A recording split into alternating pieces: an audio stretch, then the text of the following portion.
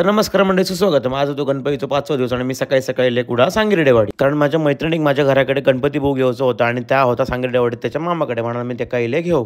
मग मी ममताक घेऊन घराकडे पोचले आणि त्यांना पण मस्त की गणपतीची पूजा वगैरे केल्या. मग मी परत त्याला सोडूक त्याच्या मामाकडे निघाले आणि आम्ही येऊन पोचलो कुडा. तर म्हटलं सिंधुदुर्गाच्या राजाचं दर्शन घेऊनच पुढे जाऊया.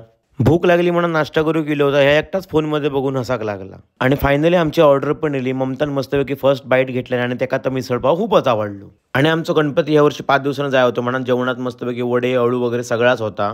मग संध्याकाळी मस्तपैकी गणपतीची आरती वगैरे करून गाणं वगैरे घातला आणि गणपती बाहेर काढला आणि रमेश काकाने मस्तपैकी गणपती टकली लावली आणि आम्ही सगळे बावडेर जाऊन निघालो. गणपती घेऊन बावडेर पोचलो तर हर्षो एकदम जोशात पेटारे फोडी होतो. मग सगळे 5 दिवसांनी जाणारे गणपती बावडेर आणून त्या सगळ्या गणपतींका परत आरती केली. मग सगळ्यात पहिलं आमचा गणपती घेतलो आणि मग गिरीशदाचा गणपती घेतलो आणि सगळे गणपती एकदम मस्तपैकी विसर्जन केले. मग आम्ही सगळ्या गणपतींचे एकत्रितपणे प्रसाद करूक बसलो.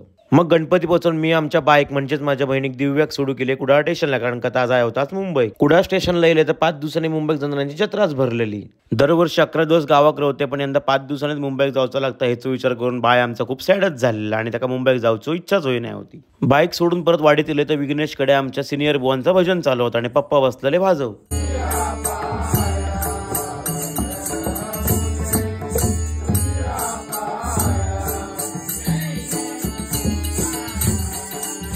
आणि सिद्धू तर एकदम तल्लीन होऊन चक्की फिरे होतो.